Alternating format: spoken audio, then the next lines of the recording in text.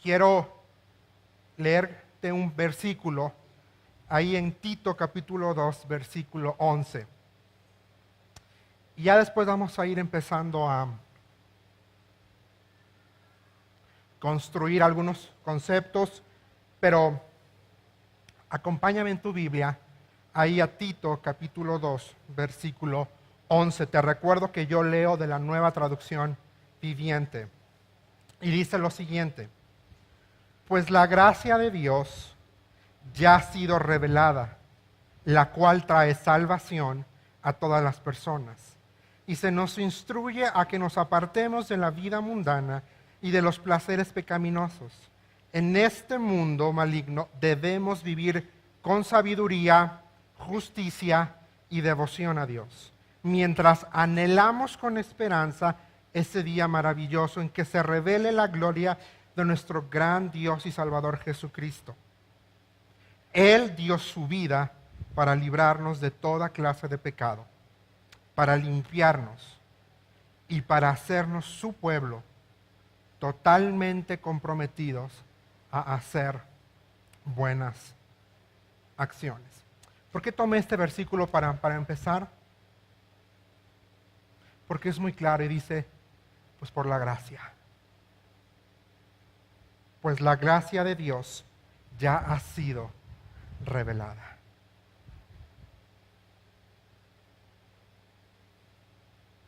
Ahora, el concepto de la gracia, hermanos, era algo muy importante. Era algo que atormentaba a Martín Lutero. Estas 5 solas son producto de la Reforma y definitivamente le debemos mucho a Martín Lutero. Dios utilizó a Lutero para comenzar un movimiento, sin lugar a dudas, que cambiaría el destino de todos nosotros. Ya hemos hablado acerca un poquito del movimiento de Reforma. Ahora yo quiero hablar y quiero mencionarte qué significa la palabra reformar. La palabra reformar viene del latín reformare y significa volver a formar, rehacer, modificar algo, por lo general con la intención de mejorarlo. Enmendar, corregir la conducta de alguien, haciendo que abandone comportamientos o hábitos que se consideran censurables. Básicamente es rehacer con la finalidad de mejorar. Es corregir, es abandonar eso que quizá es condenable, es reprobatorio. Y todos podemos entender quizá hoy en día el concepto de reforma o de renovar. La gran mayoría de nosotros tenemos un aparatito como este. Como sabrás, cada determinado tiempo sacan una actualización para que tú renueves tu teléfono y el contenido de tu teléfono. En el caso del teléfono que yo tengo, estamos en la versión 11. Es un software.11. Y es visualmente difiere de la versión 4 o de la versión 3. No es lo mismo. ¿Por qué hacen esto? Para mejorar la funcionalidad del teléfono.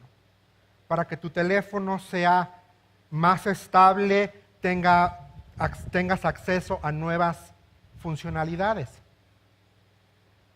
Porque quizá ya como tal está un poquito obsoleto. Algo así es lo que sucedió con Lutero.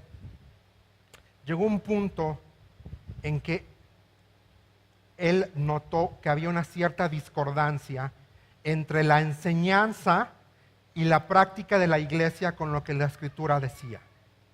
Y eso a él le producía un estrés. Lutero toda la vida estuvo casado, en el sentido de perseguido, acechado, por el temor de saber qué va a pasar con mi salvación. Tengo la certeza tengo la seguridad de que tengo una salvación ganada, de que mi salvación está asegurada. Porque en ese momento la doctrina de la Iglesia Católica Romana no le aseveraba a él la seguridad de su salvación. Era difuso el cómo él podía descansar en relación a, bueno, ¿qué va a pasar conmigo cuando muera? Y él comenzó a estudiar la Escritura, comenzó a estudiar la Biblia. Y fue ahí donde Dios, por medio del Espíritu Santo, le empezó a confortar y le empezó a decir, hey, ¿qué crees? Tú no tienes que hacer nada para ganar lo que Dios ya dio de forma libre y gratuita para ti. Pero esa no era la enseñanza de la iglesia tradicional en ese momento. Y antes de seguir adelante me gustaría definir 3 conceptos que es importante que tú y yo tengamos presentes mientras vamos avanzando en esta mañana. El primero es gracia. ¿Qué es gracia? ¿Qué es gracia, hermanos? Gratis, regalo.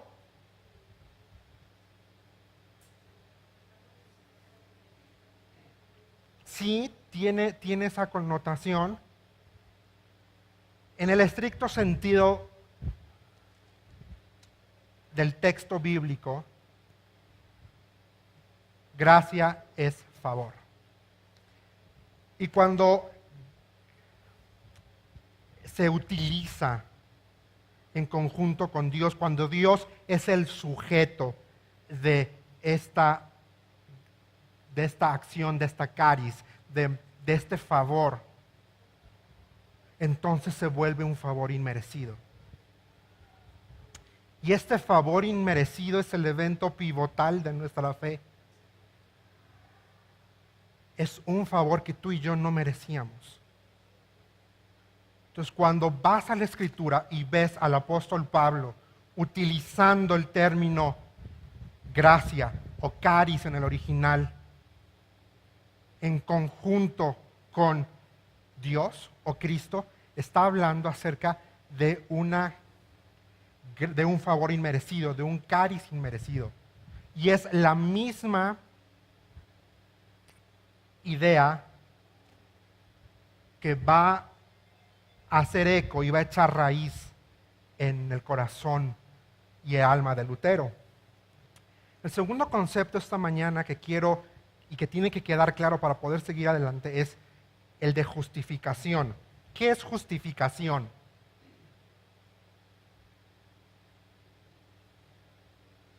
¿Qué es justificación? Hermanos, esto lo tienen que saber, porque ¿en dónde está su fe? Entonces, ¿qué creen?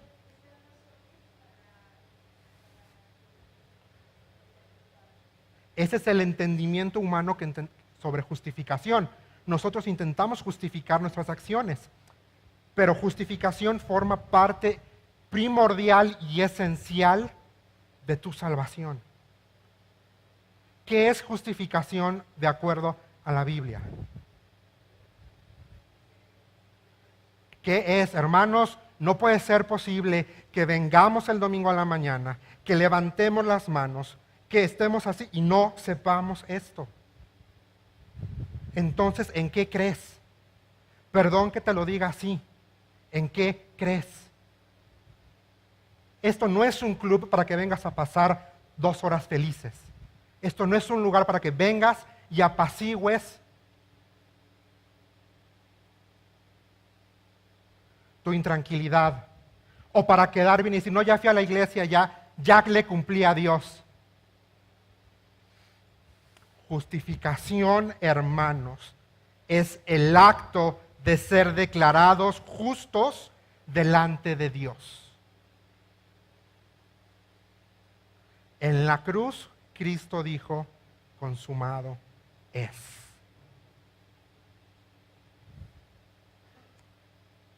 Y el tercer concepto es salvación.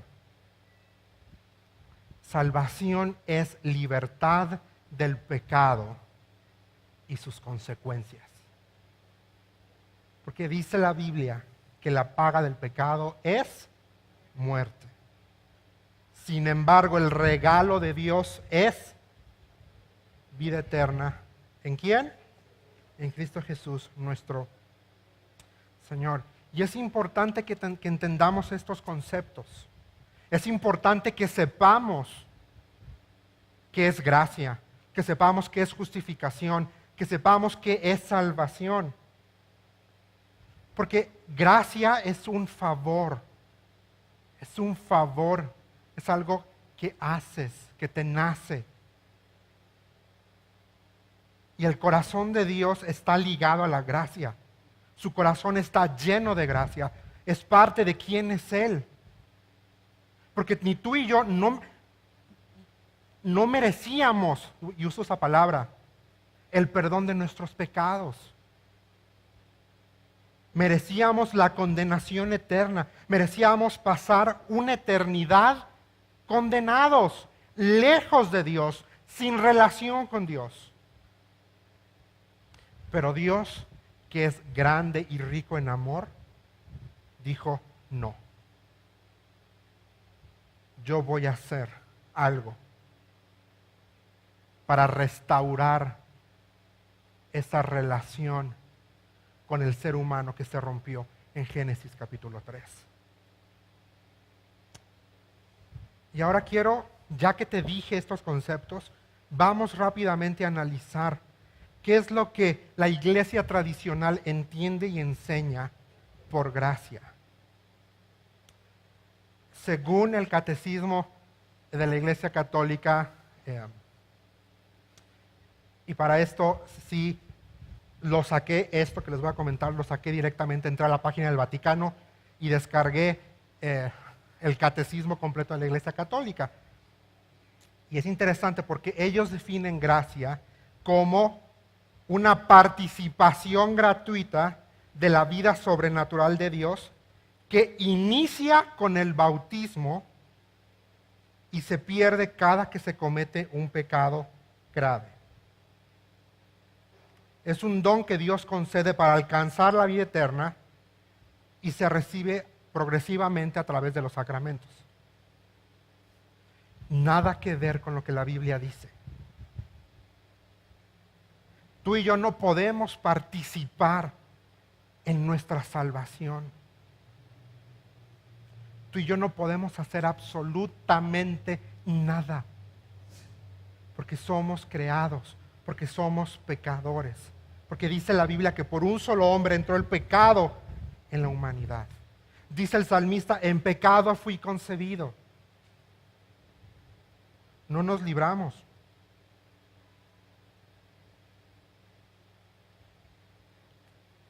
Y según la teología católica hay dos tipos de gracia. Está la gracia santificante y la gracia actual. La gracia santificante es la que recibe el individuo al momento del bautismo. Y recibe cuando le ponen el agua al bebé, y esto lo va a preparar para que durante toda su vida él pueda ser receptor del segundo tipo de gracia, que es una gracia actual. Que este tipo de gracias son las intervenciones de Dios a lo largo de la vida del individuo que lo va a ayudar a vivir una vida santa y para eventualmente asegurarle un lugar en el cielo.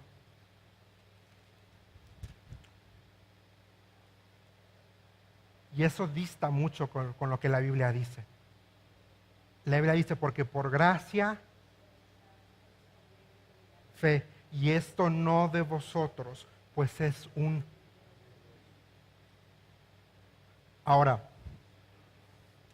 lo curioso es que ellos tienen la verdad. Ellos tienen la verdad. Te voy a leer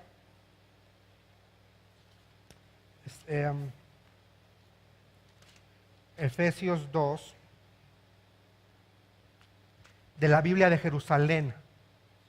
Esta es una Biblia católica. Y escucha lo que dice Efesios 2:8. Pues habéis sido salvados gratuitamente mediante la fe. Es decir, que esto no viene de vosotros, sino que es un don de Dios. Tampoco viene de las obras para que nadie se gloríe. Es decir, ellos tienen la verdad.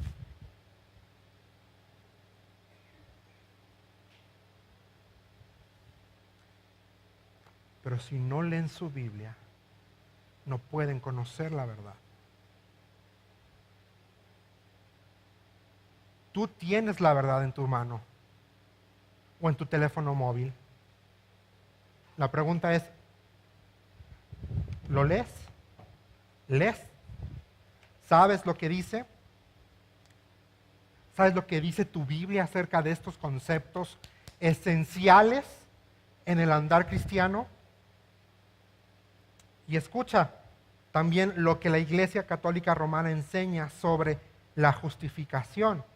Ellos dicen que justificación es el perdón de los pecados, es la liberación del dominio del pecado y la muerte, y establece la colaboración entre la gracia de Dios y la libertad del hombre. Perdón, pero tú y yo no podemos colaborar con Dios. Porque Dios es, creo que está, Anet, el diagrama que te dije. Bueno, Dios es el originador de este regalo. Es el originador de la salvación y de la justificación. Cristo es el ejecutador de esta gracia, de esta justificación y de la salvación. Y el Espíritu Santo es el facilitador de este proceso. Porque es el Espíritu Santo el que toca nuestro corazón, es el Espíritu Santo el que nos mueve, nos abre los ojos a la realidad de la Escritura.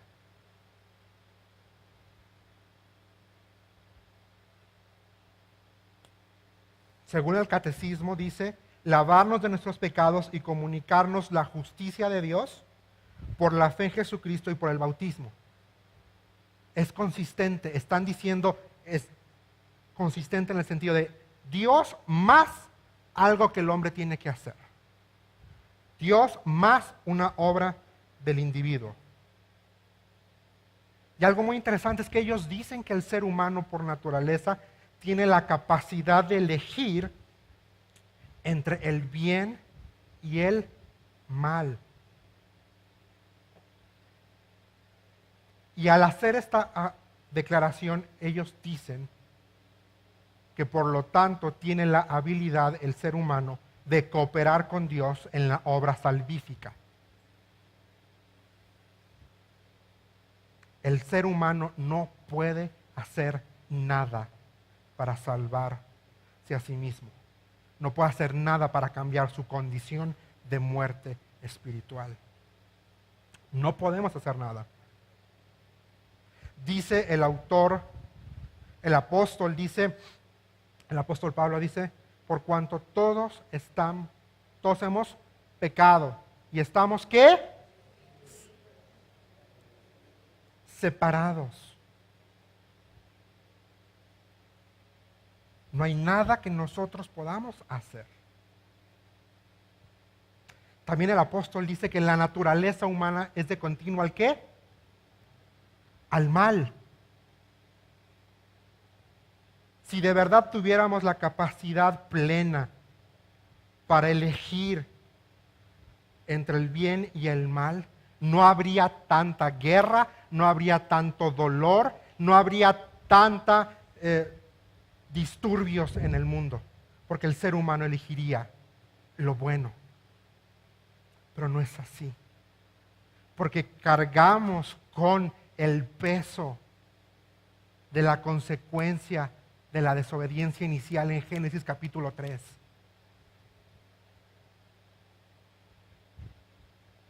Y es algo que traemos y es algo que nosotros no podemos hacer. La Iglesia Católica Romana enseña que la justificación no es algo que el individuo pueda retener, que pueda seguirla teniendo consigo mismo. Dice que la puede perder si no cree o si comete un pecado mortal. Jesús dijo, mi Padre me las dio y nadie, dice, nadie las puede arrebatar de mi mano. Palabras de Jesús en los evangelios. Una vez que, según el libro de Efesios, hemos escuchado el mensaje, hemos creído, hemos sido sellados con el Espíritu Santo de la promesa, el cual nos garantiza.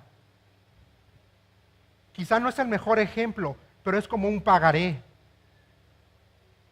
Cuando firmas un pagaré te estás comprometiendo ¿a qué? A que vas a pagar la cantidad que dice ahí. En este caso, Espíritu Santo sería como el pagaré de parte de Dios que te dice cuando llegue el tiempo vas a pasar la eternidad conmigo.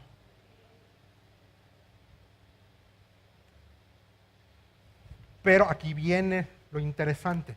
Según el catecismo dice que esta justificación que se pierde la puedes volver a obtener a través del sacramento de la penitencia.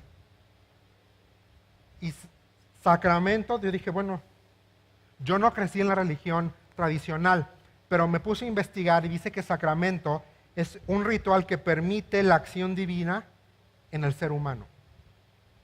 Y quizá ustedes, algunos me puedan instruir a mí más en cuestión de esto, pero lo que leí y según el catecismo, este sacramento de penitencia hay de dos tipos, contrición y confesión.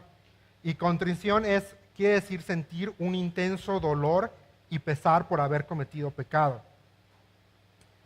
Y confesión es que tienes que ir con un sacerdote a decirle todos tus pecados para que entonces más Él te absuelva y entonces hagas obras de satisfacción, como son, no sé, te vas a leer o te vas a hacer tantos, ¿cómo es? Hail Marys, esas cosas. Y entonces la justificación se restablece.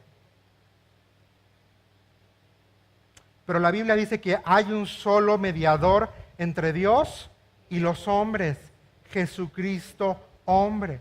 Y la Biblia también dice que si confesamos nuestros pecados, Él, no ningún ser humano, Él es fiel y justo para perdonar nuestros pecados. ¿Y qué? Y limpiarnos de toda maldad.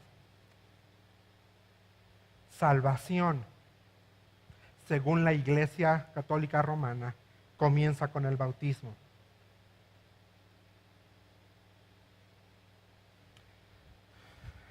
Y comienza cuando llevas al chiquito, al bebé, le ponen el agua y eso se le conoce como gracia de regeneración. Y esta gracia de regeneración incluye dos cosas. Una infusión de gracia, es decir, en el acto el sacerdote le está transmitiendo gracia al bebé. Y segundo, le está perdonando el pecado original de Adán. Pero ¿dónde dice eso en la Biblia? Déjame decirte algo, en ningún lugar. Y pudiera seguir el mensaje de hoy con esta Biblia, para que vean que el mensaje ahí está. No hay excusa. Está escrito. Bueno, pero también es interesante porque supongamos que un adulto que no nació en la iglesia tradicional y quiere hacerse católico romano, entonces para él aplica una gracia diferente que se llama la gracia de la iluminación. Y esto es rendirse a la obra de Dios y cooperar con Dios para la obtención final de su salvación. El individuo se prepara para recibir la gracia y la justificación. Ahora, esta preparación consiste de son 7 niveles o 7 criterios que el individuo tiene que cumplir para poder estar preparado para recibir la gracia inicial por medio del bautismo. Y el primero es asentir, quiere decir aseverar la verdad enseñada por la Iglesia Católica. Punto número 1. Segundo, tiene que tener una percepción de que él es pecador. Número 3, tiene que tener esperanza en que puede ser susceptor de la misericordia de Dios. 4, tiene que creer en un comienzo de amor de Dios, o sea que Dios le ama. 5, tiene que aborrecer el pecado. 6, tiene que tener una resolución a obedecer los mandamientos de Dios. Y 7, tiene que tener el deseo para bautizarse. Y entonces sí, ya, culmina con su bautismo. Y con ese bautismo viene la justificación de la persona, la cual es preservada si él hace buenas obras y si obedece los mandamientos que la Iglesia establece. De lo contrario, el individuo va a perder su salvación. Y te digo, no hay ni ningún lugar en la Biblia que lo diga. Según este catecismo, la obtención final de la salvación se basa en la obtención de gracias útiles para la santificación, para crecer en esta gracia y para el crecimiento de la vida eterna. Y yo te quiero decir una cosa el día de hoy. Quizás es fuerte, pero yo lo escribí aquí. Y quiero decirte que la teología católica romana concerniente a la salvación destruye y anula el concepto bíblico de la gracia al implicar que las obras del individuo o su colaboración con Dios es algo posible para la obtención de la salvación. Porque la Biblia es clara. No por obras, para que nadie se gloríe. Por eso dice ahí, solo gracia, la sola gracia de Dios. Y escucha esto, la gracia y las obras son mutuamente excluyentes. O es una o la otra. No puedes tener gracia y obras al mismo tiempo.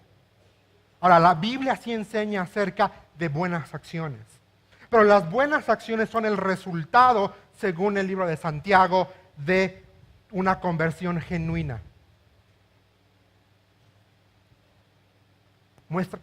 Quiero ver tu fe, muéstrame tus obras.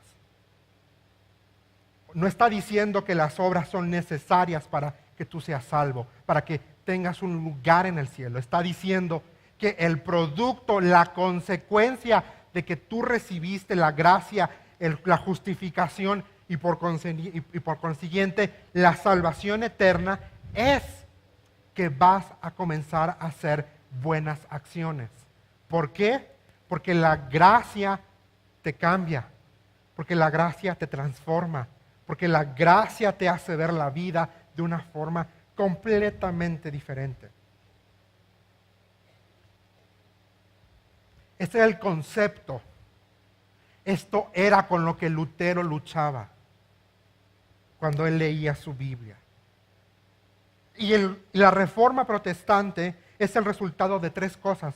Uno es la fuerte personalidad de Martín Lutero, porque Martín Lutero era un hombre fuerte, era un hombre que tenía las agallas, que tenía los aprestos necesarios.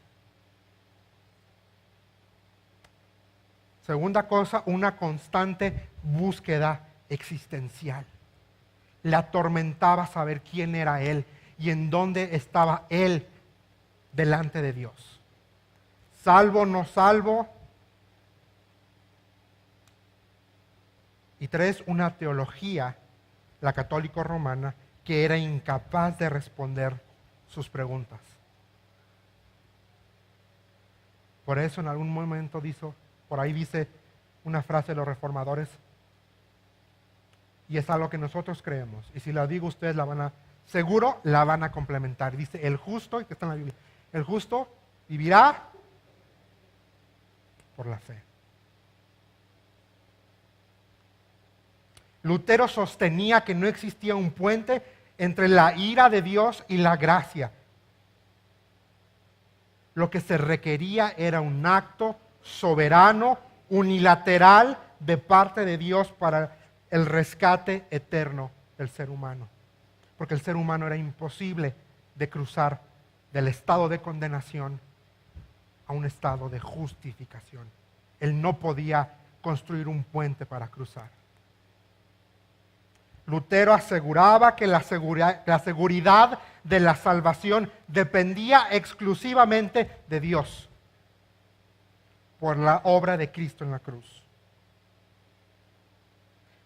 Lutero lo predicaba y él decía que la persona justificada es aquella que es declarada justa ante Dios por la obra de Cristo. ¿Sabes qué es lo que está en el centro de la teología de Martín Lutero? La cruz. La cruz es el centro de la teología de Lutero. Es allí, en la finitud de la carne quebrantada de Jesucristo.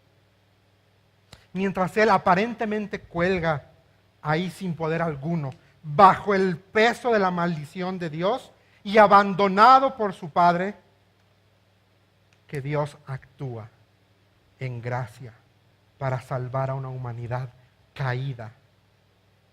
Y al hacerlo, al salvar a una humanidad caída, Él se revela a sí mismo como un Dios clemente, como un Dios misericordioso y como un Dios lleno de gracia. Para los que me conocen saben que yo tengo una afición por las cruces. Me gusta la cruz vacía. Tengo una colección de cruces. Y yo escribí aquí, nuestra actitud a la cruz es en un sentido verdadero nuestra actitud hacia el Dios que fue sacrificado allí. La actitud que tú tengas hacia la cruz de Cristo es la actitud que tienes ante el Dios que dio su vida por ti. La fe es el instrumento por medio del cual la justicia es obtenida y por la fe en la promesa que está encarnada en Cristo Jesús. Por eso cuando decimos sola gracia, hablamos de un acto de compasión divina que involucra el corazón de quien perdona.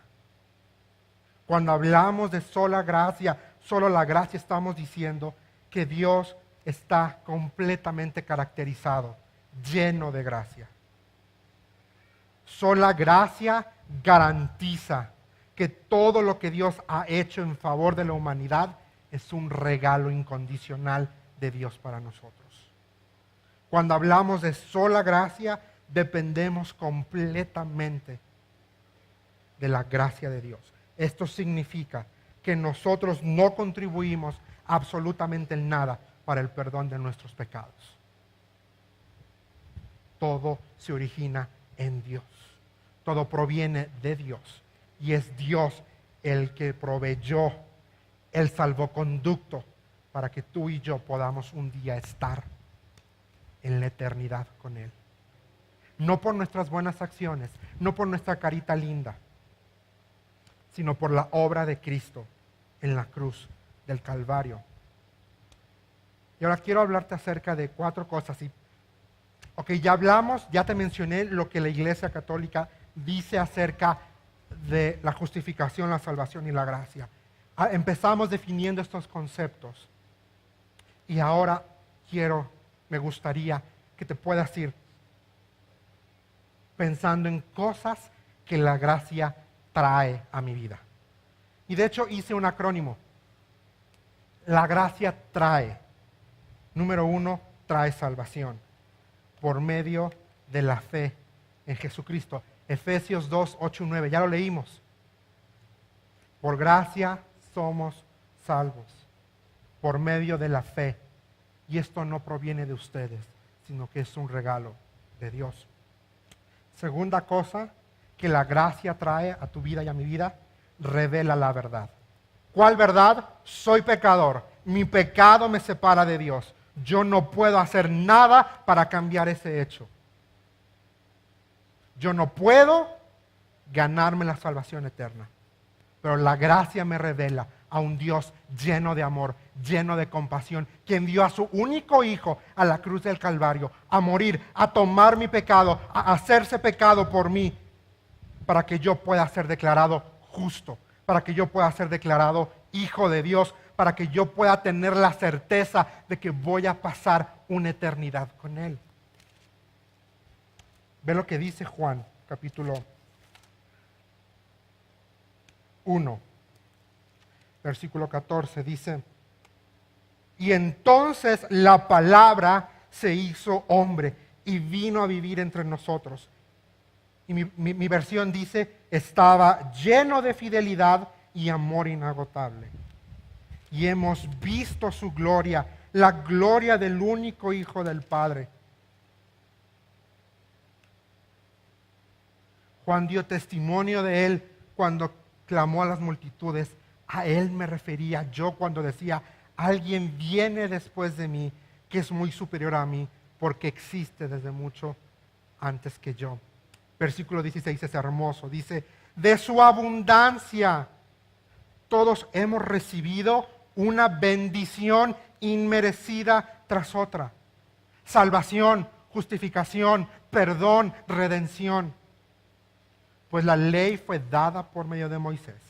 Y otra vez dice, pero el amor inagotable de Dios y su fidelidad vinieron por medio ¿de qué? De Jesucristo. También ama sin límite. La gracia ama sin límite. Porque Cristo por su propia voluntad se subió a una cruz. Nadie lo forzó. Nadie le puso una pistola y le dijo, órale, vas. En el huerto él lloró. No lloró, bueno, sí dice llorar la escritura, que estaba angustiado, que clamaba. Padre, si es tu voluntad, pasa de mí esta copa. Pero no se haga mi voluntad, sino la tuya. También la gracia nos exhorta a vivir una vida diferente, una vida caracterizada por la compasión que la gracia divina produce en mí. Vamos a 1 de Pedro.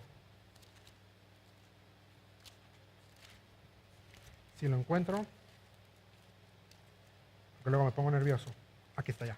1 de Pedro, capítulo 3, versículo 8 al 12, dice: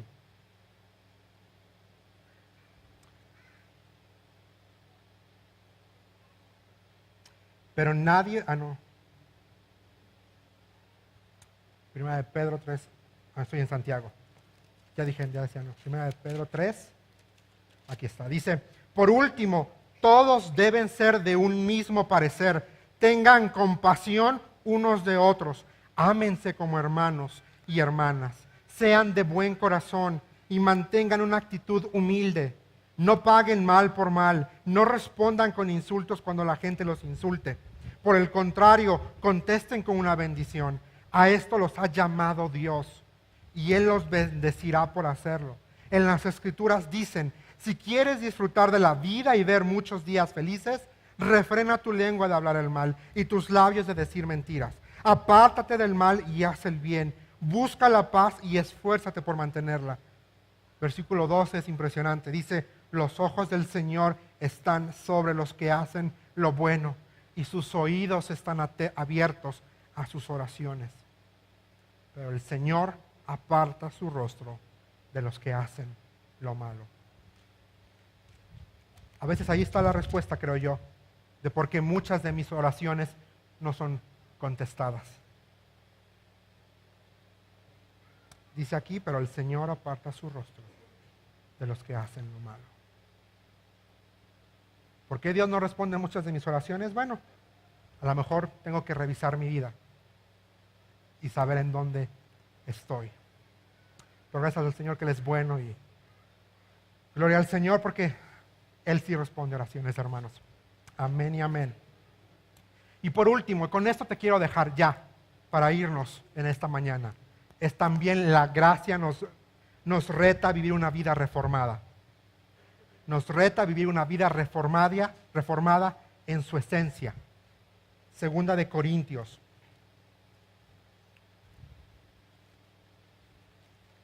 (5:17).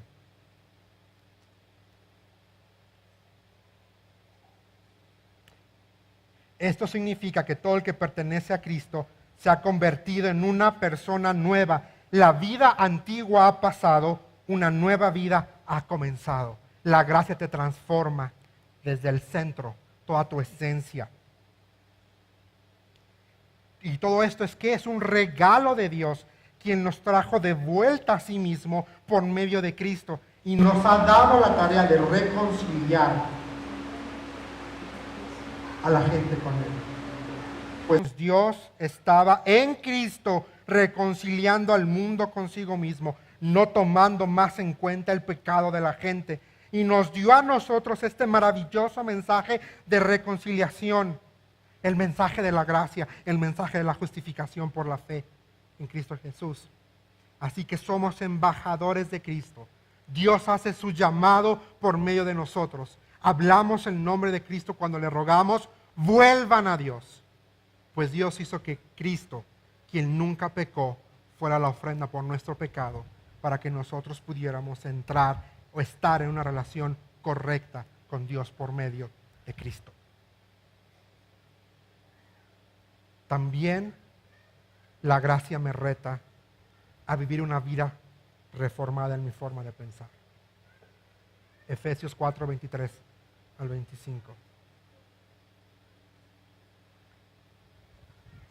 Y también me reta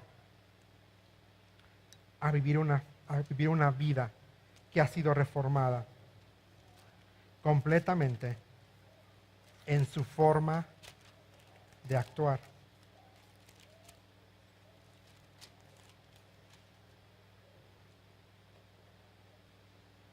Ya lo leímos al principio, fue el pasaje con el que inicié. Pues la gracia de Dios ya ha sido revelada. Versículo 12. Se nos instruye a que nos apartemos de la vida mundana y de los placeres pecaminosos. Y se nos instruye a que vivamos como de tres formas, versículo 12. Con sabiduría, con justicia y devoción a Dios. Eso es lo que la gracia también produce en ti y produce en mí. Vivamos una vida así, hermanos. Mientras, como dice versículo 13, mientras anhelamos con esperanza ese día maravilloso en que se revele la gloria de Dios, nuestro gran Dios y Salvador Jesucristo. Vámonos esta mañana con la certeza de lo que la gracia nos trajo a nuestra vida. Salvación. Nos reveló la verdad. Nos amó sin límite. Nos exhorta a vivir una vida diferente. Y salgamos de aquí con el reto esta mañana. Que nuestra vida de verdad se caracterice por haber tenido un cambio en su esencia. En la forma en cómo pensamos. Y en la forma en cómo actuamos. A Él sea la gloria por los siglos de los siglos, porque con amor inefable te amó y me amó. Señor Jesucristo, estamos en esta mañana agradecidos. Padre, no hay nada que nosotros pudiésemos hacer para ser receptores de tu amor, de tu gracia, de tu misericordia. Pero Señor Dios Padre, tu corazón está lleno de amor está lleno de compasión.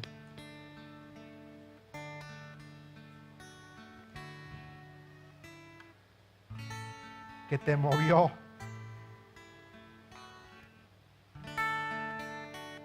a dar lo más preciado para ti, Jesucristo. Él, por su propia voluntad, subió al madero, a ese lugar de condenación. Se hizo pecado por mí. Cargó el pecado mío ahí. Fue por tu gracia, Señor, que Cristo clamó, consumado es. Y el velo del templo se rasgó. Y como dice el autor de Hebreos, ahora tengo libre acceso a tu presencia. Gracias, Señor, porque usaste un hombre allá por 1500 para gritar este mensaje eterno, para sacudir cimientos, para renovar, para restaurar, para reformar. Señor, gracias porque tú eres fiel. Señor, porque a lo largo de la historia en tu fidelidad has permitido que hombres y mujeres tuyos se levanten y con valor proclamen tu verdad. Señor, si nosotros pudiéramos tener un ápice de esa valentía, este mundo sería diferente. Señor, ayúdanos. Te alabamos, te adoramos, te magnificamos, Señor, por tu gracia, una gracia inmerecida, una gracia sublime que a este pecador salvó.